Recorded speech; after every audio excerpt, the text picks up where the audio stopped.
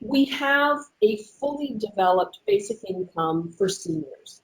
So it's an unconditional income. It's provided by a combination of a demogrant and a negative income tax type of model that ensures that basic needs are met if you're 65 or older.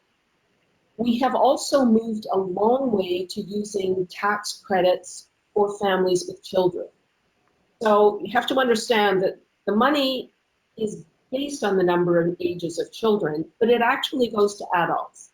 And this is the group that we often worry about, are going to be lazy or make bad decisions and that sort of thing. So we have to realize that we're already providing working age adults with a form of basic income. It's only partial. So we've also used the tax system increasingly to provide benefits to people directly. When child benefits started out, for example, most of the income portion was coming from the federal government, and the provincial and territorial governments were supposed to be providing a range of services and income. Some of the services didn't work out so well, and they actually put their money into a benefit as well. So most jurisdictions now top up that federal benefit. So we're increasingly using this form, this machinery for delivering income benefits. Thank you very much, Evelyn. And James, you and I met probably more than a year ago now, and you struck me as a very passionate, very creative person. What led you to the idea that basic income was the way of the future? Well, thank you for the compliments, and thank you for helping me illustrate it with the video at the beginning. I appreciate you starting with that. I've been fascinated by technology for years and years, and I know that it's important and relevant for us to be looking at that, especially as a younger person looking to plan a 30-year career. There are all sorts of things that are coming up that I don't think we have any historical precedent for, and I'm looking to plan a future. I was working at the bank for 5 years, one of the major banks, and my main job was digital conversion, teaching people how to do my job with an app. So the job of teller essentially was replaceable by one installation of an application and having people learn how to use that. And that's significant because me climbing the ladder in that industry didn't really make sense. And now you see with companies like Wealthsimple and Questrade, they're advertising and making it look like you don't want to pay a financial advisor, come to us.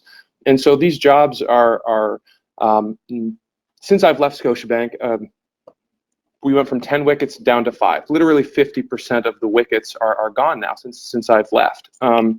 It's my industry, it's driving, it's truck drivers, it's accountants. There are people in school right now training for accounting. There's not going to be accounting jobs for all of these people that are doing accounting programs right now.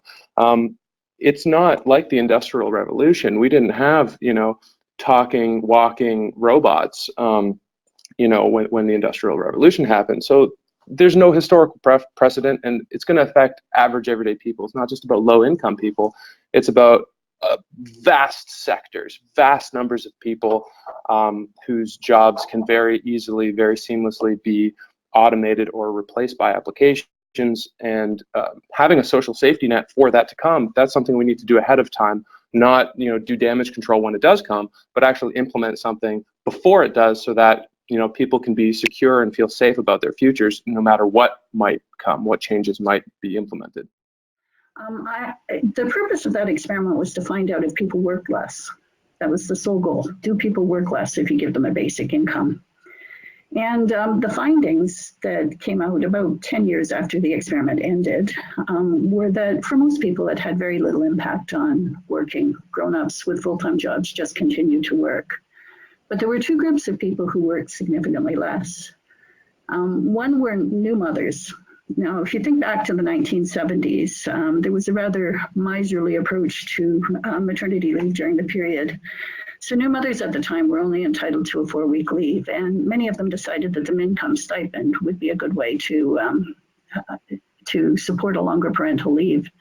So they effectively anticipated the social policies we've brought in since then, and they bought themselves longer mat leaves. But the other group of people who worked significantly less were young, unattached males. So about 10 years ago, a little slightly more than that, I went back to this project and I wanted to find out what the effect of income was on quality of life. And I started by looking for some of those young unattached males because I had a pretty fair idea of where I was going to find them. And it turned out that one of the consequences of the MNCOME experiment was that boys were more likely to finish high school when their parents received a basic income. And when I talked to participants in the experiment, I heard that young men, young boys, were under a fair amount of family pressure if they lived in low-income families to become self-supporting as quickly as they could so that the family money could go to support younger brothers and sisters. When MNCOME came along, some of those families encouraged their sons to stay in high school a little bit longer. Now, this sounds a little bit backwards. You asked me about women and about gender, but in fact, I think one of the things that MNCOME showed us was that what MNCOME did was to allow people to make their own decisions about gender roles. So the boys had the opportunity to finish high school. The girls had already had that opportunity because there weren't so many alternatives for them. There weren't so many high-paying jobs out there that they could get in order to support themselves. But the boys had the opportunity to stay in school. My big focus was on healthcare. I found out that people used hospitals less. They went to family doctors less often, and mental health issues were a big concern.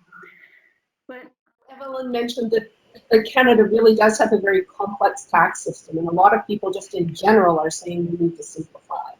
This is one of the best ways that we can really simplify in a very rational and effective way. We're leaking a lot of money to people who don't need it. So that's one of the areas that we can look at. One of the things that the Basic Income Canada Network is working on is a modeling exercise to look at, you know, where do we find the things that can be rolled in. And because our system is so complex, it's not as easy as you might imagine, but the resources are there. We can fund this, and you know, we can look at all sorts of things within the tax and transfer system. You don't have to think about canceling programs so much as holding in the ones that all do the same thing, providing direct cash, and then look at what's left and what you need, and gradually over time, you'll get a better sense of other kinds of things that are truly needed, that aren't just compensating for people's lack of income.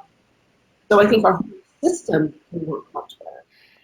Yeah, I mean, I don't believe we need more pilots. I think the data is pretty clear already. Unfortunately, we weren't able to collect the data as comprehensively as the original survey was given to all of the pilot participants before this the pilot was rolled out.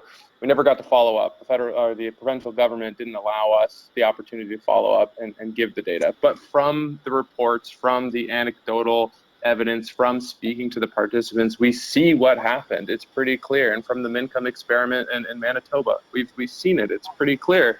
And now I think, you know, I know we're talking Canadian politics, but if you go to US politics, that's on the world stage right now. One of the main Democratic candidates is talking about, he calls it the freedom dividend. And that's something that's going to be front row center being talked about.